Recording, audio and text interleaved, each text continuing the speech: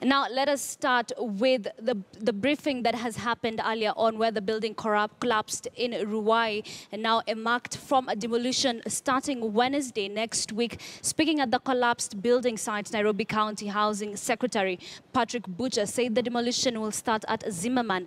Let us listen in to what he said. You have been briefed already. What has happened since this building collapsed at around 7 in the morning? It had three tenants who are inside. One has already been rescued and taken to Mama Ngina Hospital. There are two who are inside, and the rescue team, which is well prepared, is trying to see how they rescue the two who are still inside in the debris. What we are trying to do is that this week we demolished about 3,000 houses, which were in power lines and also within the railway line. And you can see even this particular one is actually within the road reserve, within a power line. So that means this building has collapsed because of the fastness which it was built. You can see the way the slabs are really lying on each other. That means the material used are substandard. And what we are warning, and we are taking stern warning to the owners of buildings, they must make sure they use a registered contractor, they use professionals, and they use their drawings must be approved by the respective counties. We have had similar cases in Kariobangi, we and also in Junja, these buildings which are collapsed this week, and we cannot keep on killing Kenyans because of building collapsing. We must take stand measures.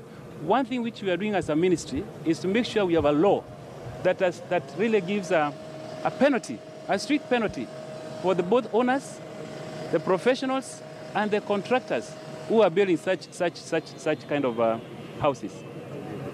Next week, we are going to start a major operation in Nairobi to make sure all unsafe buildings that have been identified are really demolished. And this, I'm warning all the people who are the owners of such buildings to make sure they demolish themselves. If they don't demolish themselves, we as a government, we are going to make sure those buildings are demolished. We cannot keep quiet seeing Kenyans dying each and every day because of substandard buildings.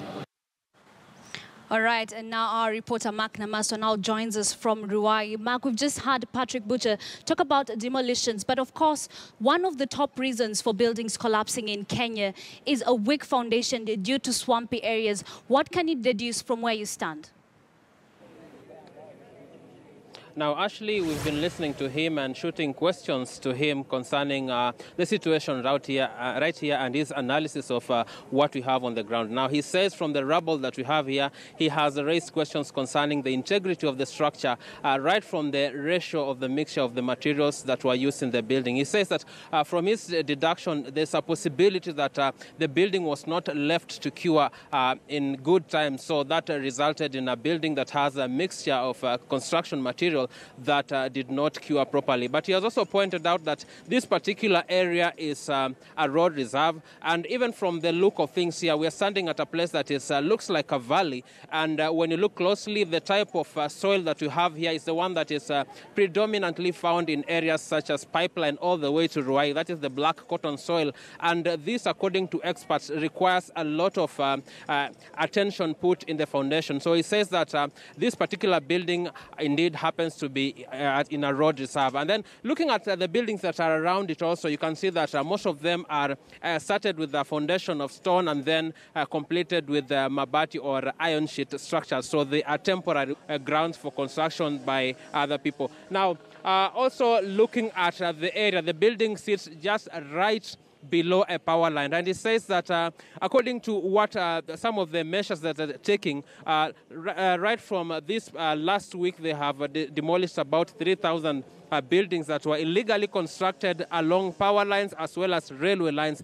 And he says that is going to carry on in the coming weeks, and we are going to witness, for instance, in this coming week, we also see demolition at Zimmerman. Now, looking at this particular area, looking at the topography, this is along Kangundo Road, heading towards Joska and Kamulu. And remember, about 3 days ago when the floods hit Nairobi, the bridge that separates Joska and Kamulu also swept away. Around 3 people lost their lives around that particular area. So it's a particularly precarious place to construct. And he says that there'll be sterner in the coming near future concerning construction of buildings, and also they will be registering every building so that you can know who the owner is, you will know who the contractor is, and you will know at what particular time it was constructed and what time it took, so that whenever such a disaster happens, someone can be called to account for what has happened. Back to you, Ashley.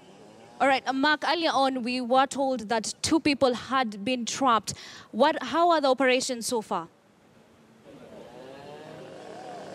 Now, the situation remains as is, as how we have followed it since morning.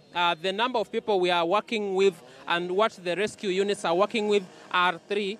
So far, 1 was rescued and taken to Mama Lucy Hospital. Still, the operations are centered on looking at where this particular 2 people is. We are informed that there's a possibility a man and a woman are trapped in this building. Now, earlier on, we were trying to find out exactly what the name of the building is, because what we know so far was that the building housed a restaurant and a lodging. So far, that is what we know right now. But we're still working with those 3 people. 1 rescued, 2 still suspected to be trapped. And the rescuers, even at this very moment, are still trying to zero in at a particular spot where they suspect they might be trapped. But still, that is the information. 3 people, 1 rescued, 2 still not yet accounted for. Back to you. All right, thank you very much, Mark Namaswa there at Ruai, where a 4-story building collapsed earlier this morning. Of course, they will be keeping an eye on what is happening and, of course, updating us as in our subsequent bulletins. Let's now move on to Kwale County, where